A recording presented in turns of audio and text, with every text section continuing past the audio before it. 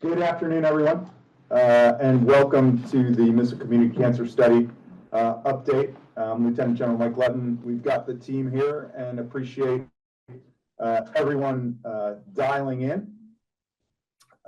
We'll go ahead. If you have the slides, we can go ahead to the next slide. And I'll just kick it off by just reviewing the Missile Community Cancer Study objectives across several areas: environmental sampling, Eilers, Dewar's work, as well as the epidemiology review. If you have access to the slides, there's a note under the environmental sampling: assess the as-is environmental state in at the active missile wings. There's also an assessment, and there's also, just for awareness, like, we're doing things and have done things. It's just not an assessment phase, if you will. So I wanted to highlight that. I'm going to turn it over to Greg, and Greg, just take us through this. Thanks. Sure. Thank you, General. Well, good afternoon, Colonel Greg Coleman and the Command Surgeon here at Air Force Global Strike Command. First, again, thank you for joining us today and for the opportunity to share some updates on the progress of the study and the institutionalized processes to take care of airmen in the missile community. Over the past 2 years, we collected and shared a lot of data, but more important than the data is our commitment to ensuring a safe environment through our continued monitoring and assessing of the environment that goes and will go well beyond the study itself. Next slide. A study of this magnitude does not occur without great partners and great partnerships. So we've been in partnership with the School of Aerospace Medicine from the start, and they've been a great internal partner. I also want to highlight some of the external partners that have helped us with the study along the way, whether that's been the Environmental Protection Agency as we've gone through hazard assessments and cleaning, or as we've done the environmental sampling, looked at the Air Force Institute of Technology to help us with the comprehensive health risk assessment, or as we've looked at the data that's come from over the 100,000 data points in assessing the environment, the universities that have helped us as well. Moving into the epidemiology study, from the beginning, as we did study design, the National Institute of Health has been part of that design of the study. And as we've gone through and released iterations of the epidemiology review from phase 1 Alpha through phase 1 Charlie, partnerships with the universities to make sure the methodology was sound has been instrumental in the product that we're able to provide to you. As we look and think about creating documented processes to identify potential risk and being able to share that information with you, the working groups for DOORS and Eiler, so the Defense Occupational Environmental Health Risk System, as well as the individual longitudinal exposure record working groups, have been instrumental as well. And then finally, as an additional partner that has come on really recently, as we wanted to study the burning of classified information, what that looks like, partnering with the 711th Human Performance Wing and the Human Effectiveness Directorate and their partnership with the University of Dayton, Ohio, to do the analysis and help us with that. So we're very thankful to have great partners that are external to our internal view, so that we deliver the best, most comprehensive product we can for the missile community and get to the right answers going forward. Okay. So, and that is our experts working with and partnering with other experts to help us address the question of whether there's an increased risk of cancers in the missile air community. Next slide. In order to understand that, we first need to do a study of the as-is environment to learn from their missile operators, our maintainers, facility managers, chefs, defenders, who work and live in these locations. And so beginning in the spring of 2023, a team of experts from USAF-SAM, as well as Global Strike, bioenvironmental engineers, public health experts, occupational health experts, traveled to the missile wings to ensure that we were addressing the missile community's concern, accomplish an initial site assessment, and begin study design. Based on the initial visits, we were able to identify a couple of adjustments to make immediately. One was updating radio frequency signage, changing parking locations for vehicles so that exhaust fumes did not make it into the missile air facilities, as well as ceasing the activity of burning classified material in the Launch Control Center. And we'll have more on that later today. And then from there, we began working with the National Institute of Health to build the study out. And we came out with two major lines of effort. The first is the epidemiology review, which looks at the 14 common cancers in the general population against those that are in the missile-related career fields. In order to accomplish that, it required us to review specific data sets to get to that answer. And so we're in the process of doing that. As I previously mentioned, we worked that through phase 1 alpha, and now we're up to phase 2 through that process. And Yusuf Sam will speak more on that later this afternoon. The second part of the study was really the environmental sampling effort, which is divided into 3 seasonal rounds to account for any seasonal variations. And we sampled the air, water, soil, and radon for the missile community. Specifically in that sampling effort, we looked at nitrites and nitrates to test for and track for water quality. We looked in the air, water, soil for organophosphates, looking at whether pesticides or any seasonal fluctuation based on farmers' spray schedules. And we also assessed for polychlorinated biphenyls, or PCBs, that were found in electrical components in the missile alert facilities and launch facilities. The environmental sampling effort collected over 8,400 data points, or samples, excuse me, and then of that, there were 100,000 data points that were included in the comprehensive health risk assessment to help us understand what the potential hazards are in the environment. In that first round of environmental sampling, we found that were 4 out of 900 PCB surface swipe samples that were detected above the EPA's recommended standard. And of all the 90 PCB air samples, those were all non-detect. There were 3 missile alert facilities with results above the recommended standard. Those were immediately closed. Our personnel were immediately evacuated. Those facilities were cleaned and mitigated before airmen were allowed to return. In addition to those immediate actions, General Bussier, as a Global Strike Commander, issued a memorandum stating that despite a comprehensive removal effort in the 1990s, there remained a continued presence of PCBs. And while we were unable to sample decommissioned sites for Peacekeeper or Titan weapon systems, a technical order review showed that PCB-containing components were likely used in those alert facilities as well. And so this memorandum was shared with the VA, as well as available on our Missile Community Cancer Study website for veterans and those that have separated and retirees that could go and download that and share that with their primary care providers as they seek or have health concerns. Moving forward throughout the fall of 2023 and the spring of 24, environmental sampling continued, and we added Vandenberg Space Force Base as well as Hill Air Force Base to the environmental sampling.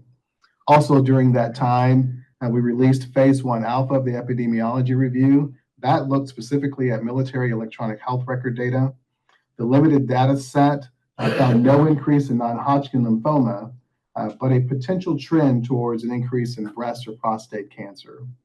However, as we expanded the data set into a still incomplete look in phase 1 Bravo, we did not identify any elevated incidence of non-Hodgkin lymphoma nor of any of the 13 individual cancers in the study.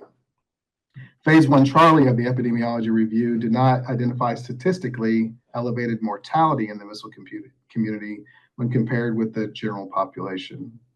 The epidemiology review is still ongoing. We are now, as I mentioned, in phase 2, which will review state registries, and we'll learn more about that effort later on today.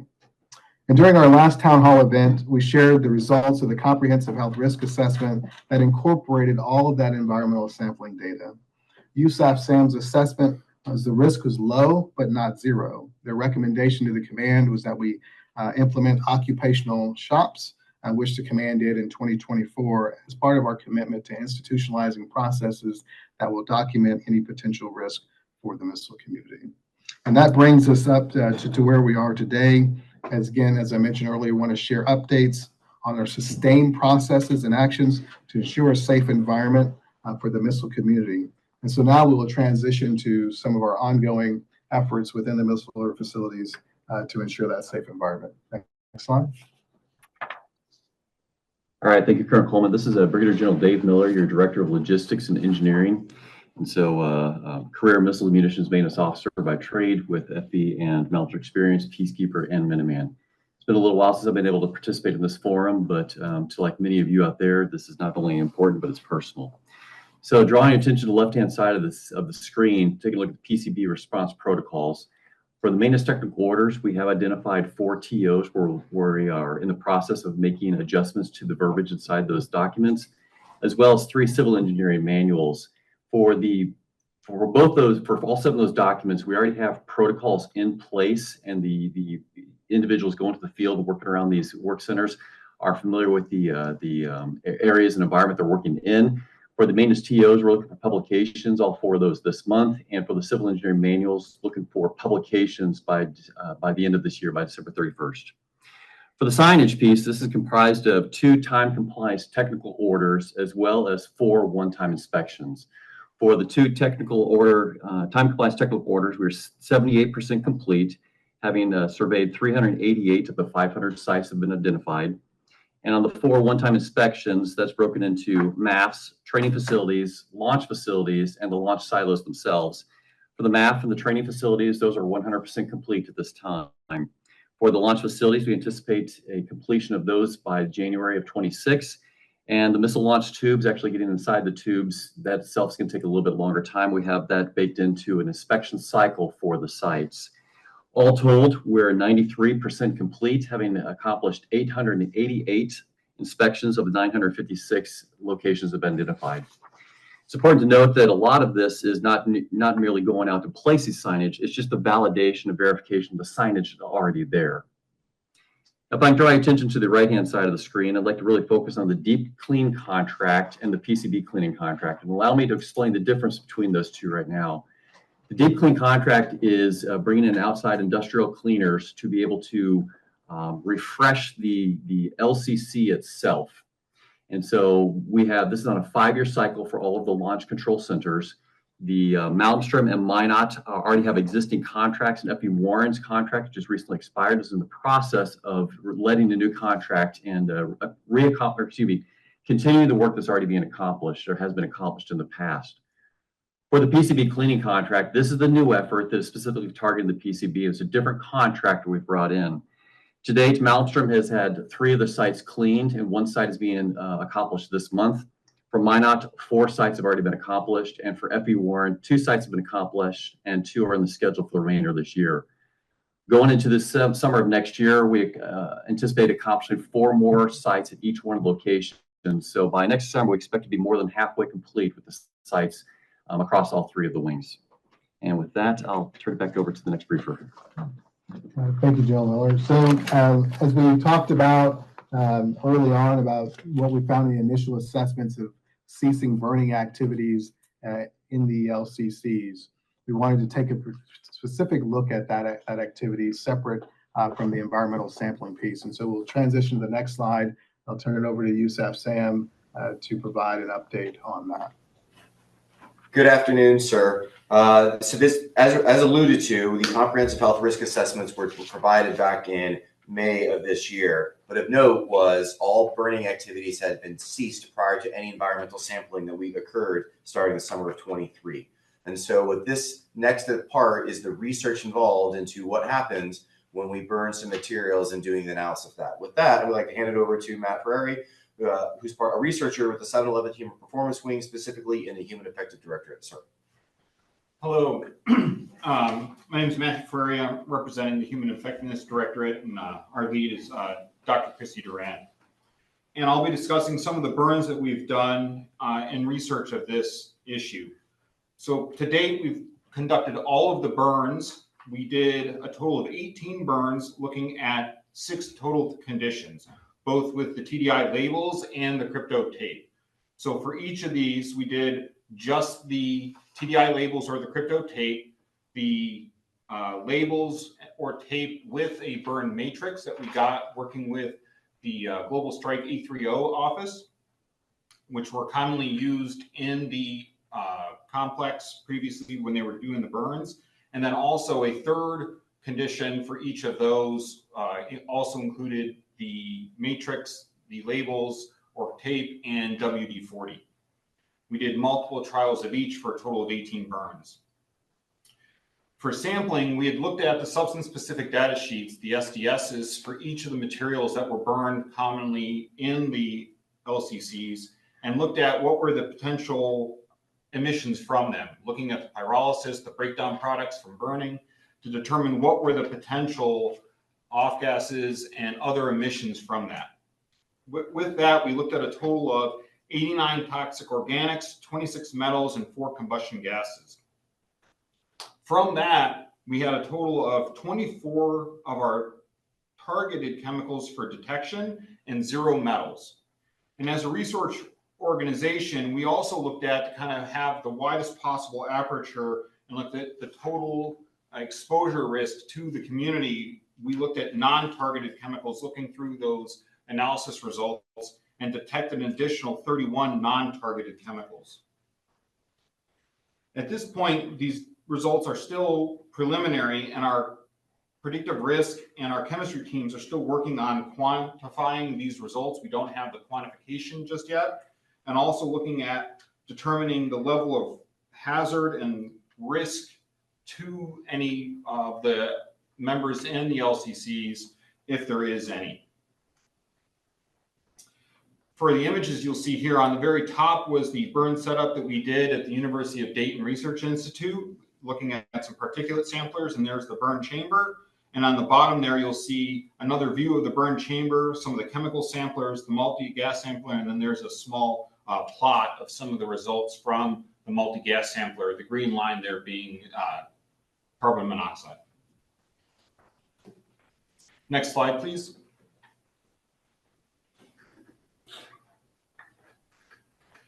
With those results from the chemistry, we are taking all of the results and putting them into physics-based modeling. If you've heard of the term computational fluid dynamics, that is one aspect of physics-based modeling. And we're using this to take the results of the emissions from the chemistry analysis from the laboratory to determine how much is sampled and what level of exposure would be potential. We took the data taken from the laboratory analysis and we validated our model to look at both the experimental values and looking at our computational values to make sure that the model was accurate. The upper image on the right, you'll see the very close alignment of both the experimental and computational temperature values for the analysis. With those burn models validated, and we talked with the Global Strike A30 to determine, and we got the analysis and CAD files for the Launch Control Center and also the HVAC layout and airflow. And we were able to put complicated geometries together so that we were able to model out how the emissions would move around and collect within the Launch Control Center. We are aware that this really only represents the Minot F.E. Warren LCCs, and we're working now to include the Malmstrom specific layout and model that at a future time. The geometry is now built. We are now running those modeling efforts to simulate and determine what would be the level of exposure. And you'll see indicated on the lower graphic the primary burn location near the elevator shaft, and then also where we have put sampling locations of where we're going to determine the level of exposure from the chemistry results.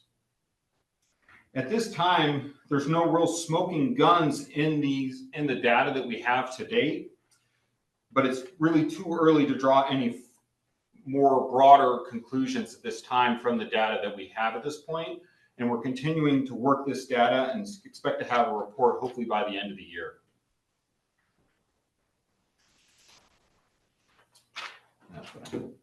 Hey, Matt, this is General Lutton with a question for you. Yes, sir. Hey, I see your model and I see the note about Minot and F.E. Warren. For the teams that have pulled alert at Malmstrom, what do you have for them as far as the model and how the model can determine data for operators that would have served or are serving at Malmstrom? Over. So I think the model currently should be largely representative because we have the chemical emissions data and we'll be able to see how it moves in the current layout. And once we will have that data and be able to figure out and determine what the levels of exposure are, it should be largely representative. And what we'll do is once we have that Malmstrom data, we will confirm to make sure that those levels are largely representative and make any adjustments needed if it would have collected or moved differently in their specific configuration there. But I think that the broader conclusions will be largely representative, and we'll confirm that when we get the Malmstrom CAD files. Okay, excellent. And so we'll take that as an action for a get back for everybody on the net and for the missile community. All right, thanks. Yep. Yes, sir. And we've been actively working that at the moment. Okay. All right. Well, thank you, sir. Well, we'll move on to the next slide and really talk about, so this activity, adding that to our health risk assessment. And in previous town halls, we've talked about the importance of documenting potential exposures and using the DOORS system that will feed to EILR to be able to document any potential risk. And so the occupational health assessment is part of that process and development of the occupational shop. So we wanted to spend a little bit of time walking through what it means to be in an occupational shop and the importance of the communication between the workplace supervisor, the member, as well as the experts from bio and public health and the clinics as well. And so the key to this process is in the center of the slide, which really is the constant communication and continuous assessment. If we look in the top right where the orange piece is, we anticipate and identify any potential hazards, we assess it, do any exposure monitoring, that we add in any controls that we find for risk, we implement those risk controls, and then we survey it to ensure that we're compliant.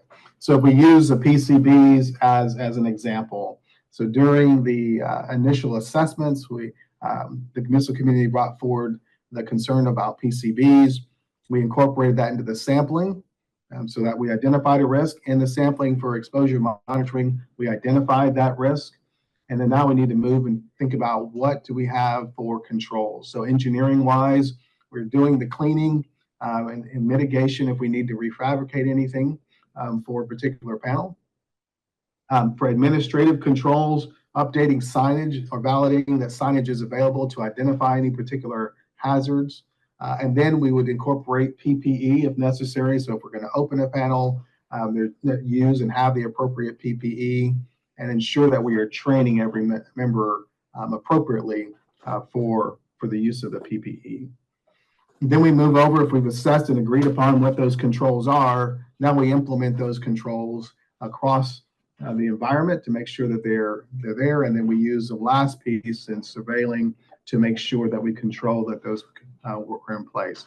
And so controlling that means, again, a partnership between the supervisors, the members, inspections from safety and from our curiosity of the bioenvironmental team going back out and validating that controls are in place. We're still assessing for hazards. And this is a continuous cycle. Also, for the member, when they go to have an appointment or their periodic health assessment, as they're there with the provider's reviewing their record, they recognize that they are part of an occupational shop and can see any hazards that have been identified as part of that shop. And so that includes that's included in their medical surveillance and also for assessment for any illness or injury as they work through the process. So again, the key component here is constant communication between the stakeholders and a continuous assessment. And so that's the curiosity of the bio teams going back out and assessing the OC shops in partnership with public health and our operational clinics, and then the partnership with the members as well as supervisors. This slide in particular here, and along with a complete slide deck, has been shared with the missile wings and the medical groups. And so they will get this as an in brief to the installation. You'll walk through, if you're part of an occupational shop, this is what that means to you, and here's how we're here to take care of you. That's important because any of those hazards that we identify, we go through those processes. We want to make sure that the member is loaded in the DOOR system and that those hazards are identified in the DOOR system, because we know that that information is going to be transferred into their individual longitudinal exposure record. Next slide. Okay, you mind if I ask you a question? Absolutely. So Greg, how does that work when an airman retires or separates? No, that's perfect. So as a member who retires or separates, they are going to have a separation health physical exam. All the information that's indoors will be available to them at that time, but it's also going to be available in the VA's portion of that exposure record. So they'll have a complete history and record captured indoors as when they Okay, separate. so this system is recognized by the VA for benefits and exposure. Right. So yes, the door system communicates with the Eiler system for that, and then they have the doors record and the Eiler record. Okay, great. Thanks. Next slide. And so we're working with the Eiler working group to give the individual access to their exposure record. That's on track for early 26 for members that have a common access card. For VA or for retirees without a common access card, the VA is working to develop a process for an individual login, and that's going to right now scheduled for the end of 2026. In addition to the individual login and individual access, we're working with them to add a section in the Eiler where you can self-report if there's something that you identified that's not captured. So if the information did not roll over, we want you to be able to have that documented in the system, whether that was in a garrison location that wasn't, or a deployed location, or perhaps there was a toxic exposure that's not captured in the record. We want you to be able to add that to your record. So we'll go to the next slide and I'll show you what that potentially looks like. And so this is an individual's record. So we've masked out some of the data, but you can see in the middle of the slide, there's some demographics. But at the highlighted red oval there, you'll see that those are the potential hazards that have been highlighted. So you can see the count there. That'll be a drop down. You'll be able to read and see all the potential exposures that are captured there. As you're reviewing that information, if you see something that's not been captured, next slide. There's a radio button in the top right. It says add to my Eiler. You select that button. Next slide. And then this will bring up this menu that will allow you to address a few questions. So whether you were stationed at a non-deployment location that's not listed, or a deployment location that's not listed, or perhaps as you've gone through your periodic health assessment, you identified that you were part of a burn registry. If that's not there, you can add that. But then finally, if you believe that you experienced a toxic exposure that's not captured there, you can select that as a button and submit that, and then answer the additional questions that flow after that, all in an attempt to make sure that we get as complete record as possible. And so the team's continuing to work on this, and our goal is to have that to you for early 2026. And so as we think about the objectives on the front end, understanding what the as-is environment is, so walking through and doing all of the environmental sampling portions that we've gone through to get to a comprehensive health risk assessment, and then moving towards the ability to document any potential hazards and risks. And so the door system, the occupational shop, so the partnership between the workplace, the member, and our units to ensure that we've got a great site picture of what's occurring and that we're mitigating along the way. Those are captured in doors that'll feed to Eiler. And so we'll continue to do that. And this will extend long after the study, and these will be auditable processes as we go forward. So that's 2 of the 3 objectives that we've looked at. The next piece is really understanding the scope of any potential exposures that we had from 1976 coming forward. And the epidemiology review is our way of doing that. Next slide. Colonel Speakman, over to you. Yeah, thank you for that segue, Colonel Coleman. So this is a slide that we've presented in the past. It was when we presented 1 Bravo. And I would just call to attention, the red circle was what we received is the military medical records, which was the data set used in phase 1 alpha. That represented 5,000 cancer cases that we found of the data set. When we went to 1 Bravo, we expanded that to 55,000 cancers of our active duty cohort, both representing both the non-missile community and the missile community. And so there was 55,000 cancers we found in the federal registries. That's the VA medical records, the VA cancer registry, and the DoD cancer registry, in addition to what we already published and discussed in 1A. At the time, we knew that there would be more cancers in what's called the virtual pooled registry. And so that's where we say, hey, we need more data. It's going to come in phase 2. And so this is just a placeholder to say that's where we were at. And if we go to the next slide, we'll talk a little bit more. And so the next slide really talks, hey, so in that data, this is really building the case. Why do we need more data? Because we're looking at active duty, or those that have served on active duty, we could compare the missile community versus the non-missile community with just an internal comparison. And that's what we did in phase 1 Bravo. When we compared against the United States averages, if you really looked at that 1 Bravo report, we kind of went back to 2001 because that's where we had the most data. And that's really only from 2001 to 2020 is the data sets when we compare against the US population. And again, that yellow box highlights because that's where we have the most of the data. But we need more data from state registries to really say, hey, where's all the data going to be coming from? And so we were really talking about the phase 2 data. The next slide talks about with the real numbers. It's not just a then estimate. The next slide, please. Really discusses now, this is what we're talking about in the virtual pooled registry. So on the far left column, you will see the actual Venn diagrams that are actually specific to the amount of data sets we have from cancers that we found in the medical records in 1 Bravo, right? That's what it shows there. Again, that represents 55,000 kind of on that left side. The large purple bubble in the middle of the slide represents 73,000, approximately 73 new unique cancer cases that we previously did not find inside federal medical records or registries. These are coming from state registries for people that served on active duty from 1976 until 2010. So that represents 1.8 million active duty Air Force members that served from 1976 until 2010.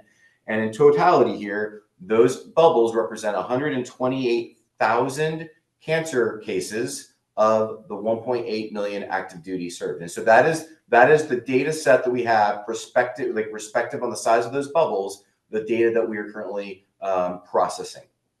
You will note that there are 44. This is General Lutton. Just for clarification, that's across multiple Air Force specialty codes, correct? That is, yes, sir. That is 1.8 million Air Force active duty members that served. And so the 128,000 is over the 1.8 million Air Force active duty members that served. What the data is, well, how many is missile community cancer? Like, that's the question you should be asking. And we want to give that to you by the end of the year. But this is the data set that we have, and now we are compiling it, and we will be breaking it out. Who's actually in the missiler community, who's in the non-missiler community. But this is the data set that we now have that we are actively doing that data analysis with who's in the community versus not in the community, and how does that break out? We will give that to you by the end of the calendar year.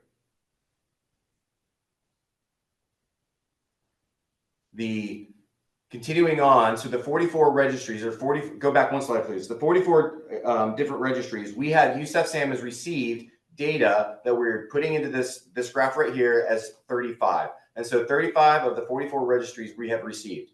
This represents over 85% of the entire data set in the best practices of epidemiological studies. 85%. If you can get to 85%, there's very little expectation that anything's going to change if you get 15% more of that data.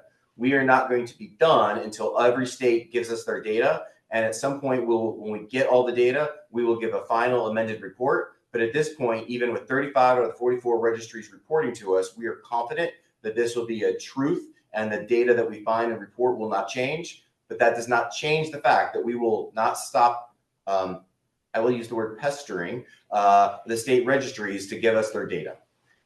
Currently, you expect the phase 2 data set has over twice the amount that we found in 1 Bravo. Again, this represents 128,000 cancer cases of the 1.8 million members that have served on active duty of the Air Force from 1976 until 2010.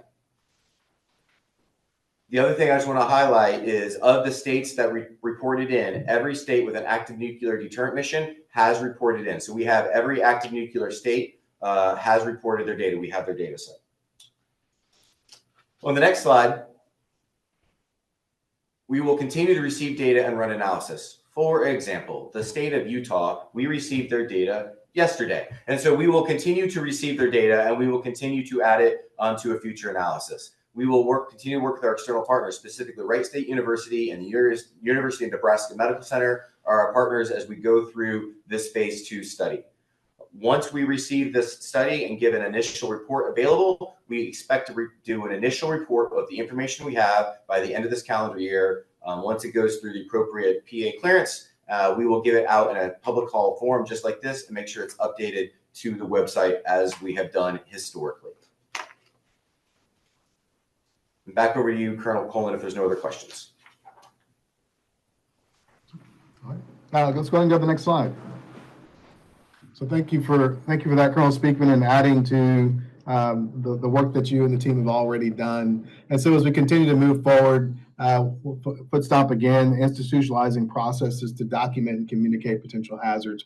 That will continue to be a goal for us even beyond the study, validating that between the doors and EILR documentation. 7/11 will continue to work on the burning classified materials portion, finishing the analysis so that we can get you a complete report on what that looks like, and again, publish that for the community to be able to have and access. And finally, as Colonel Speakman was sharing, completing the phase 2, receiving all the civilian cancer registries and the virtual tool registry, and then having that projected by the end of the year. So of that, what's really important, and I know that Colonel Speakman hit it a couple of times, but the ability to have independent and external partners review the work that's been done. So we highlighted at the beginning some of the partners, but even at the end here, we want to just make sure that the independent review is done to validate the methodologies and the processes that we've used going forward. One of the partners that I didn't have an opportunity to mention earlier, but it's been key throughout this, has really been the VA. So we provide the VA with periodic updates as well. And through their military environmental exposure subcouncil, continuing to brief them on the progress of the study, whether that's the comprehensive health risk assessment or where we are on the epidemiology review. And they've been fantastic partners and taking care of our community. And they've also agreed, as we complete the phase 2 portion, and we're already beginning the work now, to be able to transfer the cohort that we've been studying to the VA so they can continue to analyze that cohort as it moves forward. So can't thank them enough for their continued partnership as we go forward. We continue to provide congressional updates so that their Congress and representatives are aware of the study and the progress that we're making. And then finally, if there are ever questions that you have that we're not able to answer here, we have the QR code and the link at the Cancer Studies website for you to submit questions, and that will provide responses to you.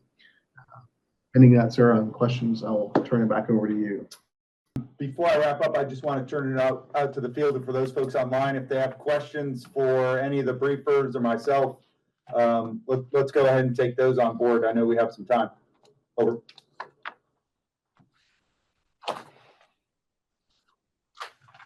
So we do have some questions that were submitted to us. The first one, are the identified external agencies conducting their own research, or are they reviewing/researching data provided by Air Force agencies, i.e. USAF SAM?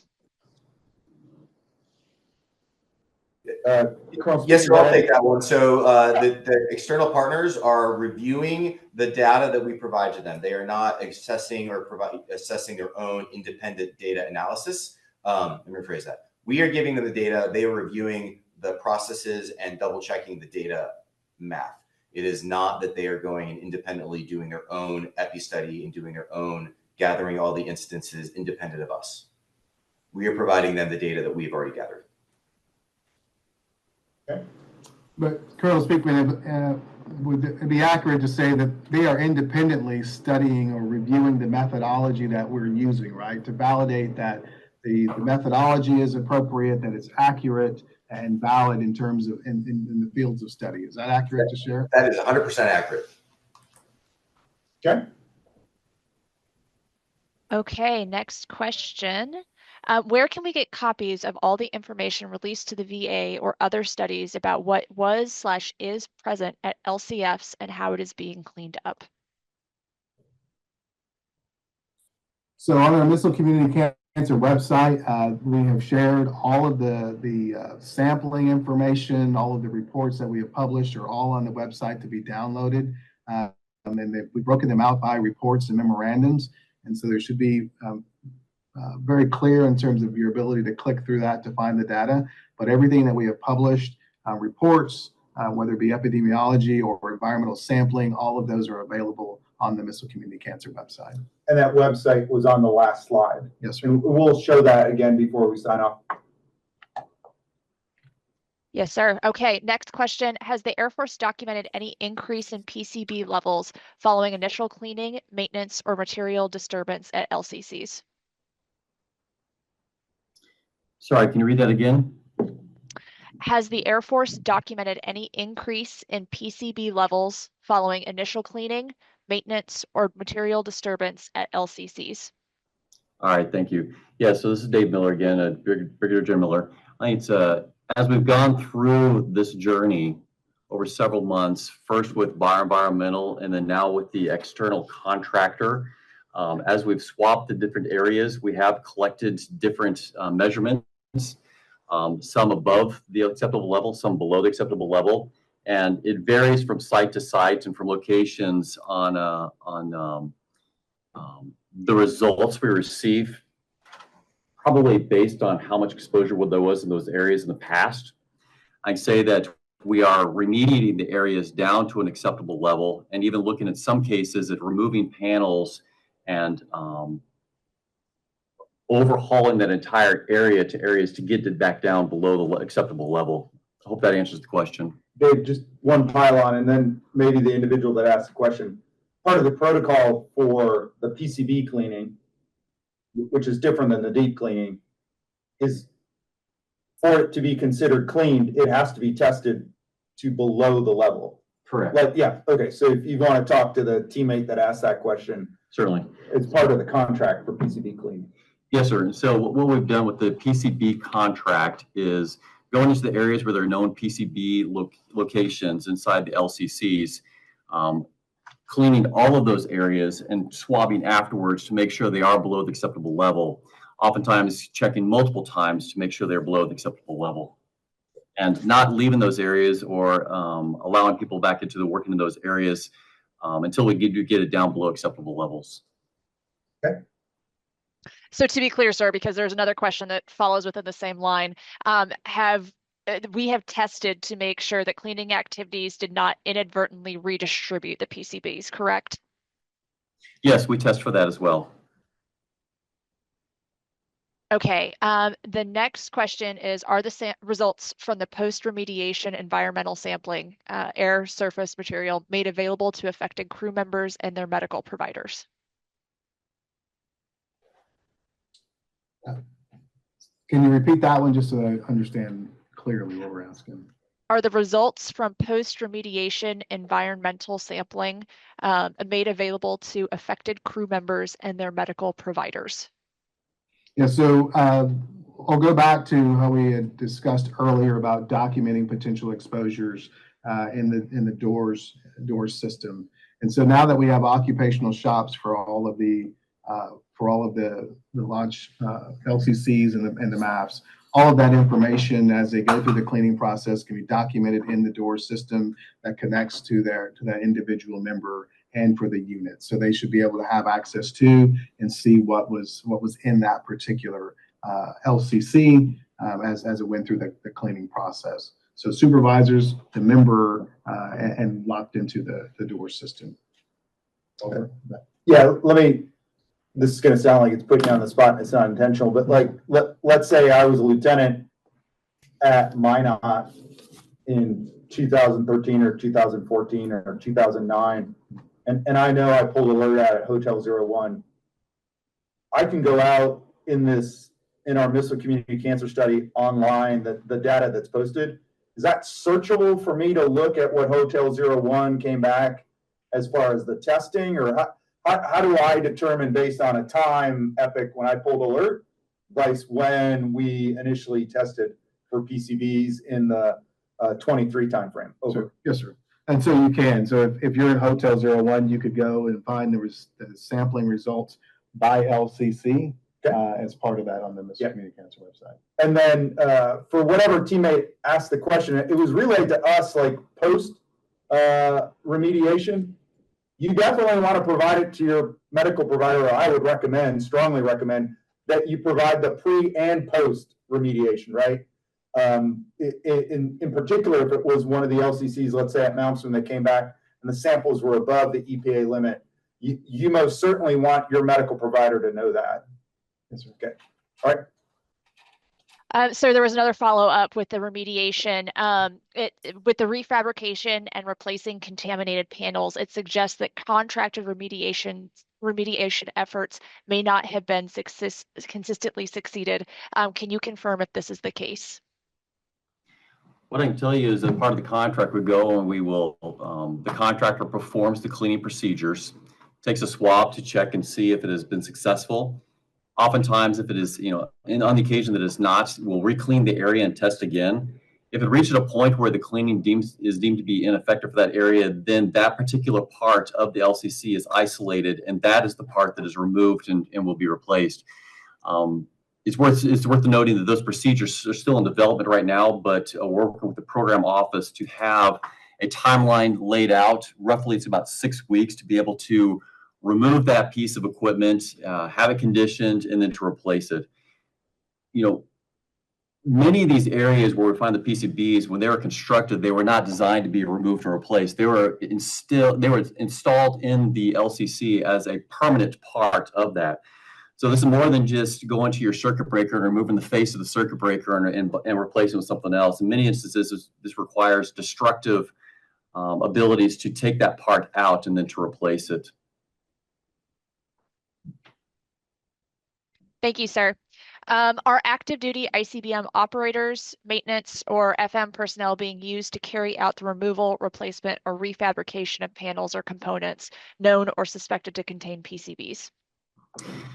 That is still in process right now. Working with the program office, this will probably the intention going forward is part of this will be handled by parts of the Air Force, probably not the missile maintainers themselves, but contracted out, or not contracted out, but handled through our depot field teams. And then once those panels are removed and parts are shipped, then there'll be an outside organization, outside company that will probably handle the galvanizing plating of the removed pieces before it's returned. And just to kind of foot stomp that for the person that asked the question, because if I heard Lauren right, there were a lot of career fields that were mentioned. Right. But we're not having operators or defenders like remove and replace gear in the launch control center. No, sir. There may be a maintainer, but it's likely not a 2MO. It's likely one of our civilian depot professionals. Correct. So if you just want to clarify that.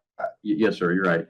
And so as these plans are being developed, again, looking at about a 6-week process with multiple individuals being involved in that, we're looking at, since many of these require atypical removal of the panels themselves, looking at a depot field team to be able to remove those for us.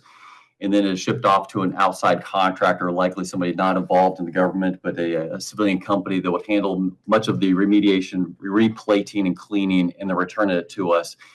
At that point, it'll most likely go back into the depot field teams to reinstall it or to install a new panel out into the launch control centers. So yes, in most instances, again, this is still being planned out, but not looking to have the blue suiters, the launch control members, the missile maintainers, the defenders, the missile alert facility managers will likely not be involved in that process. Okay. Thanks, Dave. Yes, sir.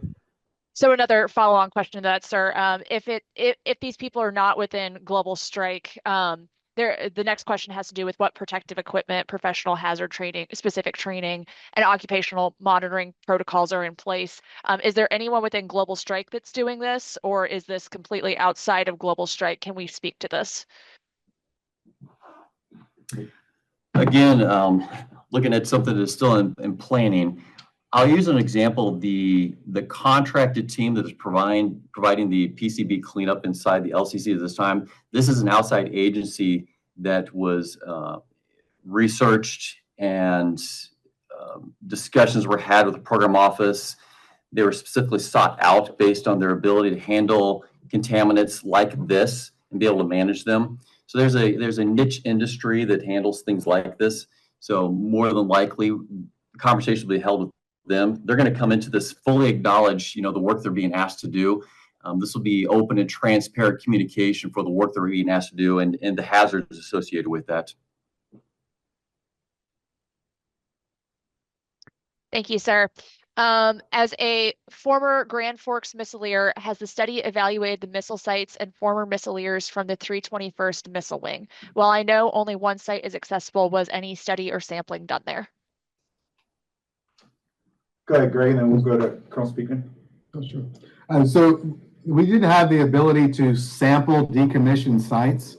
And so the best way for us to assess any potential exposure for all of our decommissioned sites is really through the epidemiology study.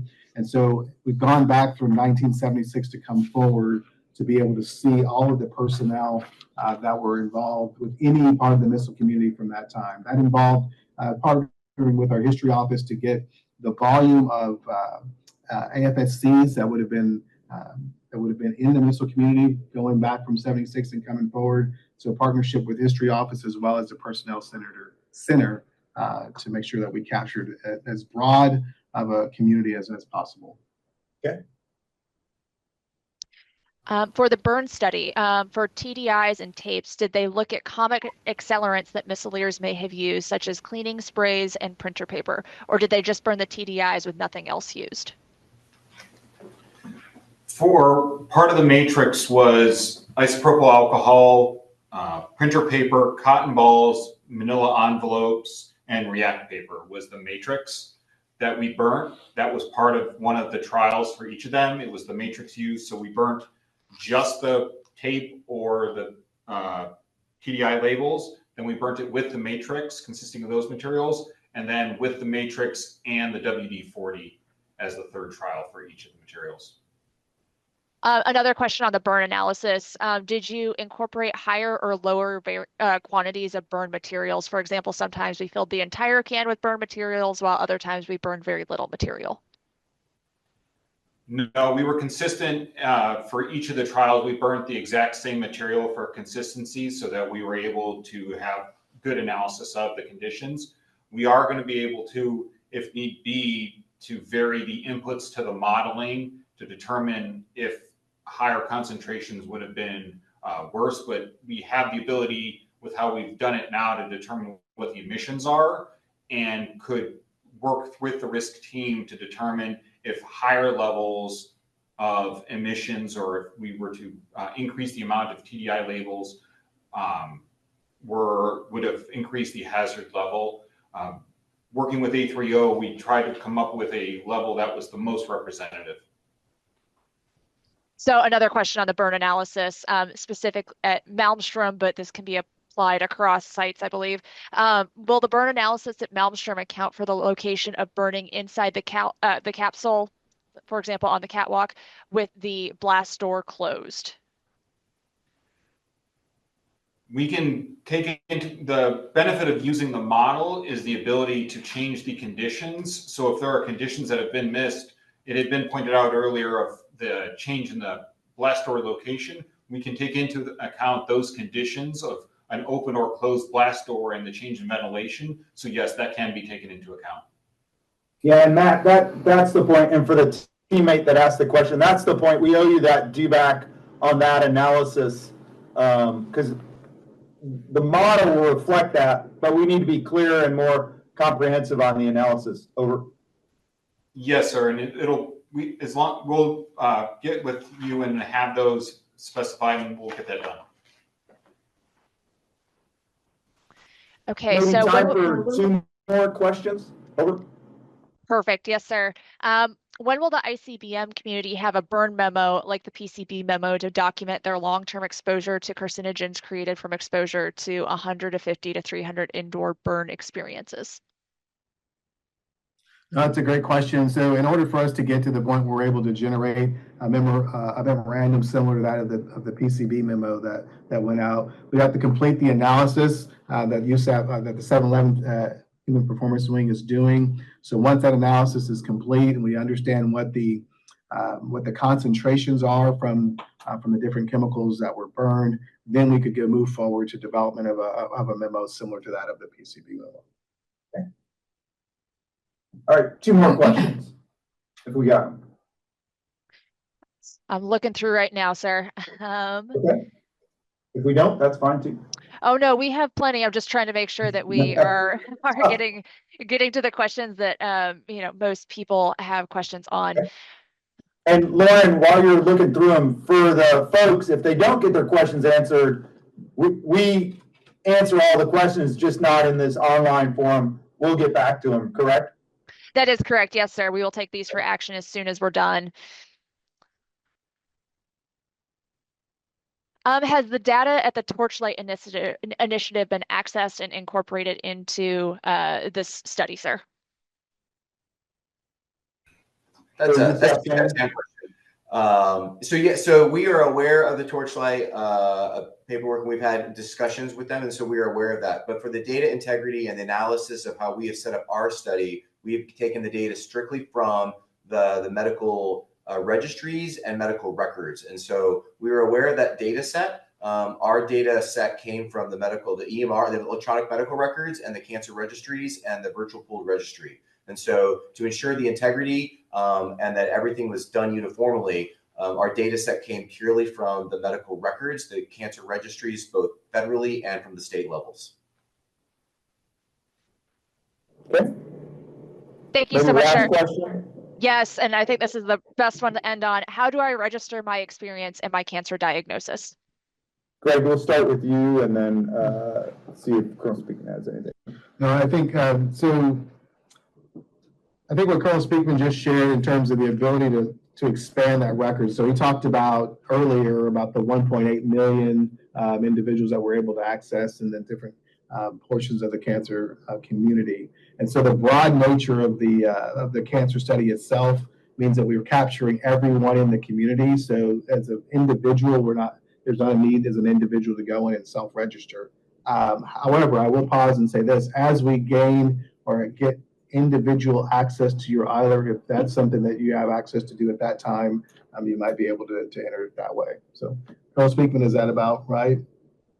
Yeah, yes, sir. So I believe the ability to say, "Hey, am I part of this cancer community?" From us going forward, everybody, you're now workplace that's being tracked, and so that workplace is now part of your ILR and medical record, both seen by the DoD and the VA. So those currently serving in the missile community that have been enrolled in a workplace evaluation, that is the process. We have done that systematically for you.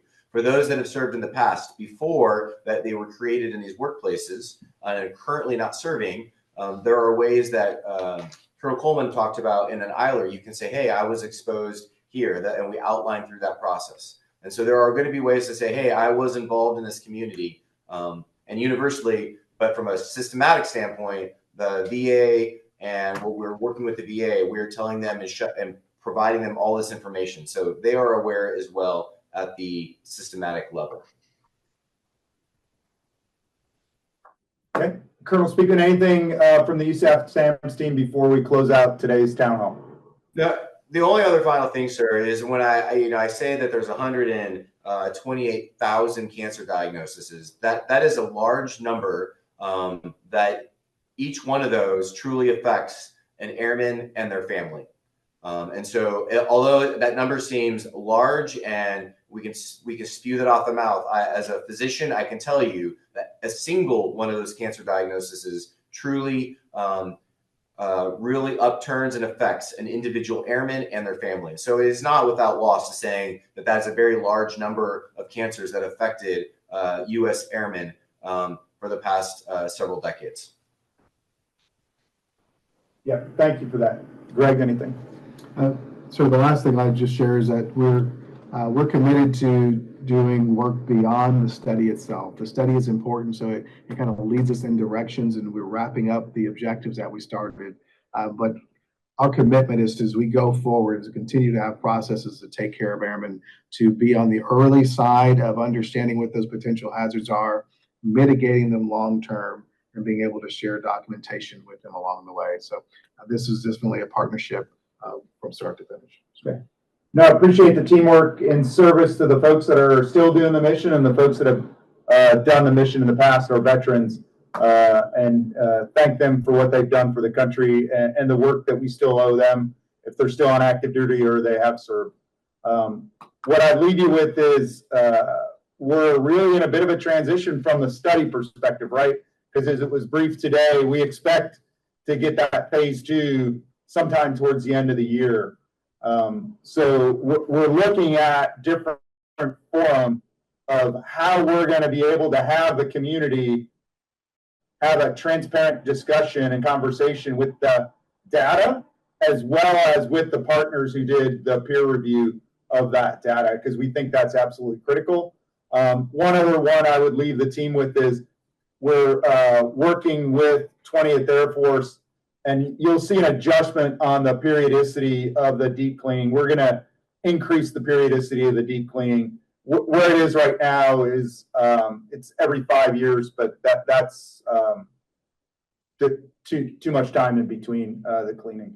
Again, appreciate the hard work in service of the people that are actually doing the mission and the veterans. Thanks.